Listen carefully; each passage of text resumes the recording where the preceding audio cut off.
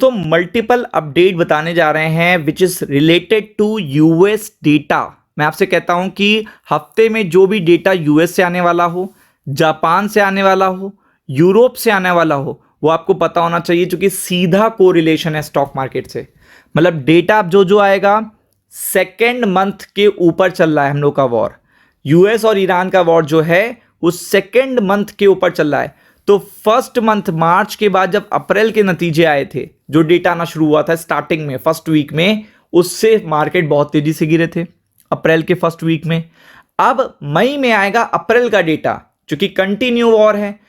$90 के ऊपर तो आप कह ही सकते हो कंटिन्यू बना हुआ है। $90 के ऊपर जो क्रूड ऑयल है वो कंटिन्यू बना हुआ है, विच इज पेनफुल। तो वो क्या आपको लगता है कि अमेरिका का इन्फ्लेशन कहां जाने वाला है, इंडिया का इन्फ्लेशन कहां जाने वाला है? और मल्टीपल नेशन जो यूरोप में है, उनको जो सबसे ज्यादा महंगा उनको ऑयल मिल रहा है, उनके पास रिजर्व्स नहीं है, उनके पास वो तो डिपेंडेंस है उनकी मिडिल ईस्ट और यूएस और सब मल्टीपल कंट्रीज पे। तो आपको लगता है क्या वो डेटा अच्छा आने वाला है? बिल्कुल भी नहीं। और जिससे विश्व के सारे सेंट्रल बैंक्स परेशान हैं।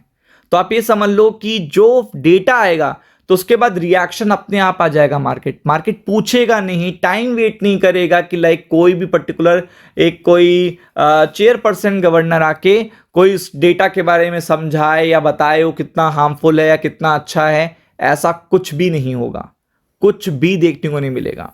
तो ये चीज बहुत ही इंपॉर्टेंट है कि आपको पता होना चाहिए कि डेटा क्या आ रहा है। और मैं सीधा बात करूंगा यूरोप का डेटा, यूएस और जापान का डेटा जो आने वाला है इसी पर्टिकुलर वीक में, अगले 24 से 48 घंटे में, जिसका सीधा स्टॉक मार्केट पे असर पड़ेगा।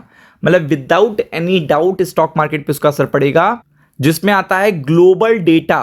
और आपको पता है यूएस का डेटा आते ही तुरंत इंपैक्ट पड़ेगा फेड के ऑफिशियल पे, क्योंकि इस बार 3 लोग ये कह रहे थे रेट हाइक किया जाना चाहिए। अब आपको पता है कि अगर अमेरिका में फिर से रेट हाइक की बात हो तो आप ये समझ लो कि ये अब तक की सबसे शॉकिंग अपडेट होगी अमेरिकन स्टॉक मार्केट के लिए।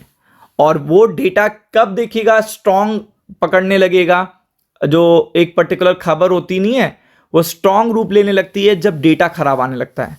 तो यूएस देखेगा डिस्क्लोज करने वाला है मंथली फैक्ट्री ऑर्डर्स, पीएमआई के नंबर्स, होलसेल इन्वेंट्री, ये सारी चीजें।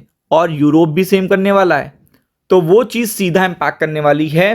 तो इस वीडियो में मैं आपको इंडिया का जो डेटा है और अमेरिका, जापान, यूरोप का डेटा बताने वाला हूं, जिसका इंपैक्ट पड़ने वाला है कल से स्टॉक मार्केट में।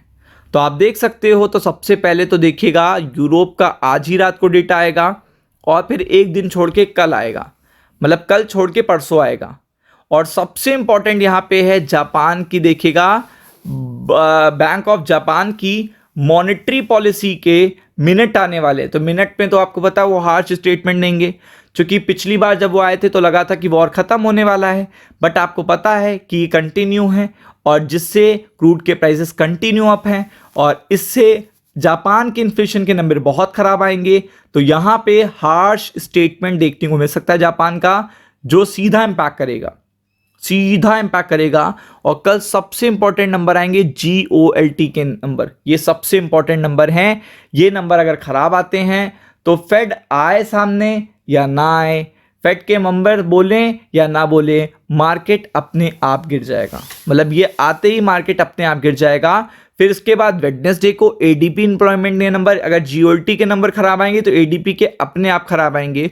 और फिर जॉबलेस क्लेम का डेटा वो अपने आप खराब आएगा। सब इंटरकनेक्टेड है, सब कुछ इंटरकनेक्टेड है। बाकी तो यूरोप से जो डेटा आ रहा है वो तो आ ही रहा है। फिर बात करते हैं कि इंडिया का डेटा जो आने वाला है वो भी आपको पता होना चाहिए। तो वो डेटा अगर आप यहां पे देखोगे तो आप देख सकते हो कि PMI के नंबर्स आपको देखने को मिलेंगे आज जो आए हैं, और कल भी और परसों भी। और ये डेटा देखेगा, इतना देखेगा खराब आया कि 4 साल का खराब डेटा है ये। तो मैं आपको दिखा देता हूं कि ये डेटा इतना खराब आया है कि वीकेस्ट इन 4 ईयर्स है। मतलब जो PMI के नंबर्स हैं हमारे, जब तक PMI के नंबर हमारे स्ट्रांग नहीं रहेंगे तो GDP सैक्रिफाइस हो रही है, और GDP सैक्रिफाइस हो रही है तो उसके लिए रेट कट की संभावनाएं बढ़नी चाहिए, ना कि रेट हाइक की या फिर रेट पॉज की। तो आपको पता है यहां पे ग्लिच आएगा, और जिससे स्टॉक मार्केट अंडर वैल्यूड जो है वो और ज्यादा देखिएगा प्राइसिंग होगा, और ज्यादा नीचे जाएगा। तो वो चीज़ इम्पैक्ट कर रही है।